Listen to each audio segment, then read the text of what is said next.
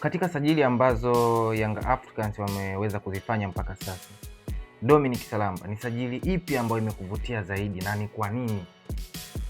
Mimi binafsi nafikiri ni sajili za vijana ambao wameweza kuwasajili. Ndio. Zote za vijana ambao wameweza kuwasajili. Ndio. Kwa sababu kwanza ni promising player, ni vijana ambao wakipata nafasi na wakajitambua, wanaweza kuja kuwa na manufaa sio tu kwa klabu ya Yanga lakini pia hata kwa taifa na maslahi yao. Vijana ambao wachukua ni vijana ambao wana talent kubwa sana, vijana wadogo kina Mwijage, watakuwa kina Chuga, kina Abdul Nasir na wengine wengi ambao wameweza kuwachukua.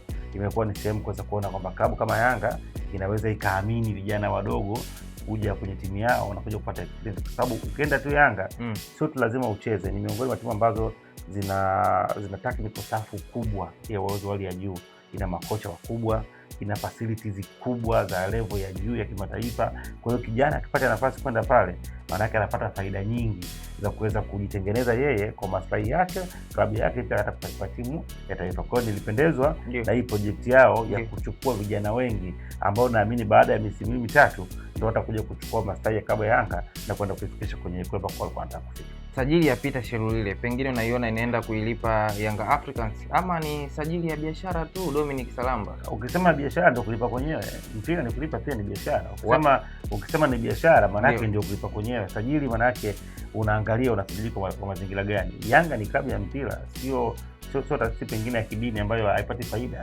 Ni klabu ambayo ipo kwa ajili ya kutengeneza faida. Ndio maana wanaweka budget. Kwa hiyo wakati mwingine unaangalia master ya klabu na kwenda kuuza brandi na kutengeneza kuweza kuvutia baadhi ya wawekezaji. Kwa hiyo ni sajili ambayo imekati cost katika maeneo yote mawili, kwa maana ya uchezaji lakini pia kwa maana ya kwenda kuhype na kufanya brandi yao iweze kuwa kubwa. Leo watu wengi wanazungumzia kwa sababu ya ujio wa Peter miongoni mwa wachezaji wakubwa barani Afrika. Ni mchezaji ambao ni mfungaji muda wote katika ligi ya South Africa. Kwa hiyo anapokuja ile thamani yake inakwenda kuongeza kitu. Jana tumeona kule Uturuki wale nani Trabzonspor wameweza kumtambulisha Mohamed Salah. Sasa kuona ilikuwa ni tukio la kipekee.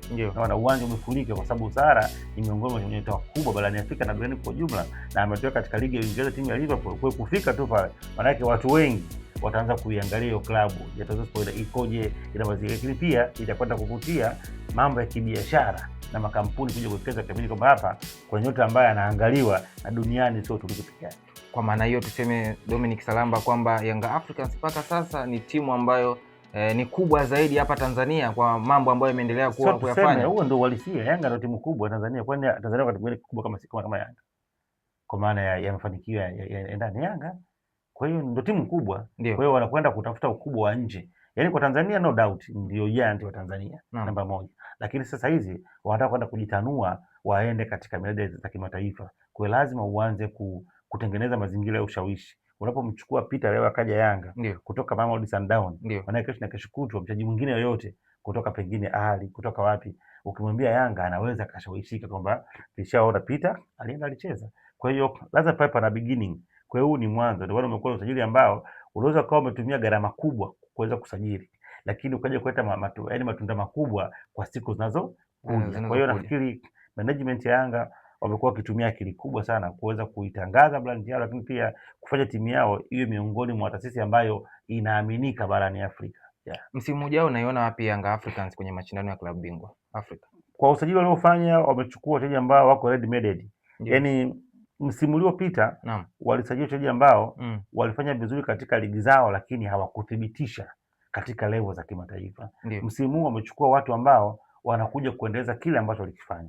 Usajili wa Peter hakuna ambaye anaweza kadauti. Ukija usajili wa mtu kama yule Hussein Zaza sijui uwezi kudauti za kwana ilikuwa ligi iliyotokea. Unaweza ukaona sajili wanaweka Ngwanda, unaweza ukaona hicho kifanya ukimwangalia Baker ndio mchukua huyu unaona Traore. Kwa hiyo wanachezaji ambao sio wakuja kuwajaribu, maana yake wanakuja kucheza. Kwa hiyo utagundua kwamba reflection yao sio kwenye ligi, ni michuano ya kimataifa kwa maana klabu bingwa. Ndio maana wametumia gharama kubwa kusajili nyota ambao hawatahitaji muda, wakitaka tu mwalimu aweze kuingiza kwenye mfumo na kuweza kuwahusisha na wale wengine watengeneze muunganiko na timu ipate matokeo. Kwa maana hiyo kwa sasa tumuoni Young Africans na mpinzani wote kwenye ligi. Sasa Yanga ligi sio issue yake, ndio maana amechukua mara 32, mwingine ana mara 22. Msimu ujao tena namuona Yanga akichukua yani kwenye kila msimu wa ligi inapoanza, toka ligi imeanza Tanzania, maana yake Yanga ni title contender. Yaani timu zote zinakuja kuichallenge Yanga kwenye kila msimu. Ndio. Yaani unapoanza timu zote zinakuja kuichallenge Yanga. Lakini ukiambiwa Yanga anaenda kuchukua ubingwa. So unaelewa sio? Kwa hiyo kama atatokea Simba, atatokea Azam ni kuja kuchallenge kwenye kile ambacho Yanga anakifanya.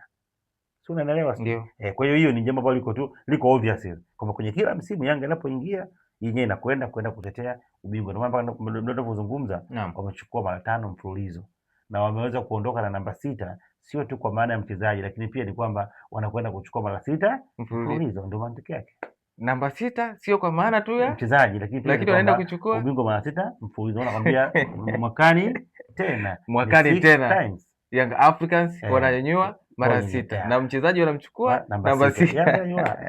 Naam, Dominic Salamba, tukiachana na story hizo ambazo tumeweza kuzungumza za Young Africans na ligi kuu ya Tanzania kwa ujumla, nina maswali yangu ambayo yanahusiana na wawekezaji kidogo. Najua pia wewe mwenyewe ni mwekezaji mzuri na ligi zimekaribia kuanza, lakini pia tukiangalia ligi ya Scotland tayari imeshaanza na leo ligi ya Belgium inaanza. Kwa hiyo wawekezaji tayari mambo ni mwake. Dominic Salamba, nataka nikuulize kitu. Ni ligi gani ambayo unaiamini zaidi kwenye magoli? Ligi ya magoli mimi naiamini ligi ya Ujerumani. Ligi ya Ujerumani. Bundesliga ndio inakuwa ligi ambayo inatoa magoli sana. Na huwa inakupa hela sana kwenye beti. Bundesliga wale magoli kwa wanaiana, timu zao zinafungana sana. Na GG unaamini zaidi kwenye ligi gani? GG still Ujerumani. Bado ni Ujerumani. Kwa hiyo Ujerumani kwenye magoli, lakini Ujerumani ni kwenye 4-1, 5-1, 2-2 hivyo. Ni option gani zaidi ambayo unapenda sana kuibetia? Mimi option ambayo napenda kubetia kwa mimi sasa, tofauti na watu wengine. Mimi napenda kubeti over 1.5. Over 1.5. Kwa nini over 1.5? Kwa sababu mpira wa miguu ni mchezo wa magoli. Ndio. Kwa hiyo ni option ambayo ni rahisi kuweza kupatikana kwa sababu timu inaweza ikashinda magoli 2-0, wakatoka 1-1. Ni mara chache kuona ushindi wa goli 1-0 au bila imetoka. Either ni 1-1, 2-1. Kwa hiyo ni option ambayo inakupatia nafasi ya kuweza kuwa na uhakika wa kupata. Kwa sababu either haikubani. Timu ziko mbili. Huyu akishinda 2-0 still wewe umeweza kuwini. Wakitoka 1-1 wewe umeweza kuwini. Wakitoka 3-1 wewe umeweza kuwini. Kwa hiyo chance yake kuweza kuokaa ni kubwa. Unaona, ukompare na option nyingine. Ni option gani ambayo huwezi kuibetia? Over 0.5. Under 0.5. Under 0 overall match. Under 0 kwa maana kwamba mechi isiwe na goli. Yani labda ni goli. Yani iwe na goli moja kushuka chini. Sababu naamini mpira wa miguu ni mchezo wa magoli. Ishawahi kukutokea ukaweka under 0.5 au bado hujawahi kabisa? Nishawahi kuicheza. Na ikakuchania. Ilinichania na kuna wakati nilipata, lakini most of the time imekuwa option ambayo ina odds nyingi, lakini ni unaweza ukacheza mara 10 ukapata mara moja. Lakini usaka na kwa siku nyingi. Kwa hiyo possibility yake inakuwa ni ndogo. Umewahi kula kiasi gani kikubwa kwenye betting? Betting? Milioni 37. Milioni 37. Na umewahi kuliwa kiasi gani kwenye betting?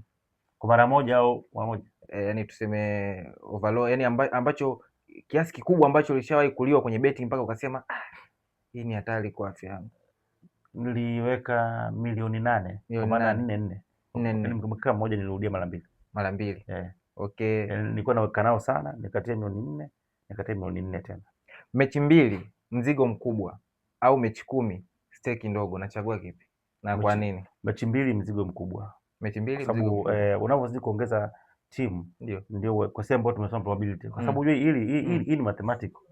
Yaani mimi nimesoma. Yaani mimi si bet tu kama ambavyo wengine wanafanya. Mimi nimesoma mambo ya probabilities. Nzuri tu. Ni elimu ya nje nzuri tu ya kusoma vitu. Kwa hiyo as much as unavyozidi kuongeza number of teams, maana yake possibility of winning inazidi kupungua.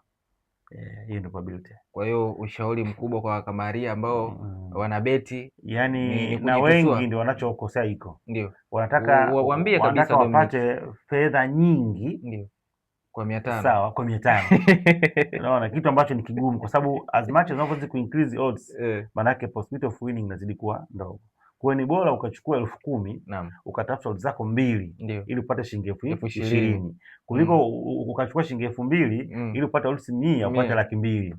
Hicho ni kitu ambacho ni kigumu sana. Kwa tuseme kwenye asilimia unaweza ukabeti kwa mwaka mzima ukapata mara moja usile kabisa na ukauchukia mchezo wa betting. Ndio. Kwa hiyo ni mchezo ambao lazima uwe una stake kwenye odds ndogo lakini zenye uhakika, kwa sababu leo hii ukiwa na mechi, let's say mechi ya anacheza Liverpool, anacheza Arsenal, anacheza Manchester City, anacheza Spurs, labda na Chelsea, sawa, ukiwa betia hawa wote, sawa, ni ngumu kuliko kumchukua Man City na Arsenal. Lakini ukichukua wawili, maana yake odds zinakuwa ziko ndogo. Ndio maana unakuta kwamba as much as mechi inapokuwa inakwenda kwenye sure, odds zinakuwa iko chini, kwa maana ni ile possibility of winning. Kwa hiyo unapoona odds ni kubwa, maana yake ni kwamba hiyo mechi uwezekano wa kutoa option ni mdogo. Ndio maana unaona odds zinakuwa ziko kubwa. Unaelewa? Lakini ukiona odds ni ndogo, maana yake kitu kina uwezekano wa kwani wa kutokea, sema ile occurrence tumeita occur. Ndio. Ile inaweza ikatokea kwa. Unaamini kuwa tajiri kwenye betting? Unaamini kuwa tajiri kwenye betting?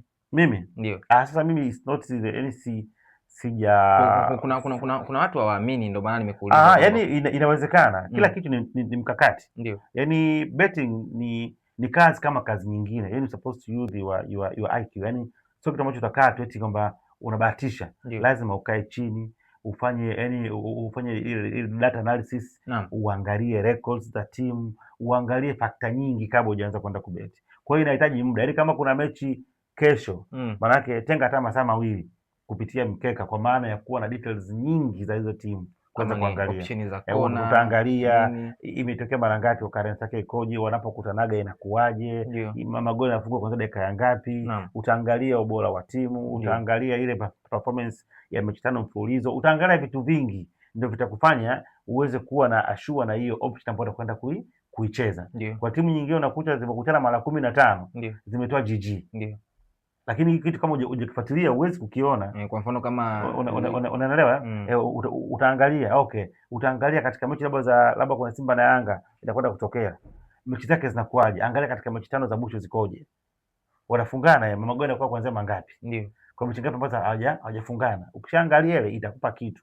Baada ya hapo unajua kuangalia sasa vikosi vikoje vya kwa yani kwenye ile kwenye ile current status yake ikoje kwa sasa hivi. Ndio. Utaangalia mechi zao 5 za mwisho za Simba na za Yanga zikoje. Utakuja kwa yani kuangalia ile tunasema ile atmosphere ya nje ya kiwanja ikoje. Wewe unaangalia vitu vingi, baadaye unaona kwamba okay, this is a clear option ambayo nikiweka inaweza kwenda kutoa.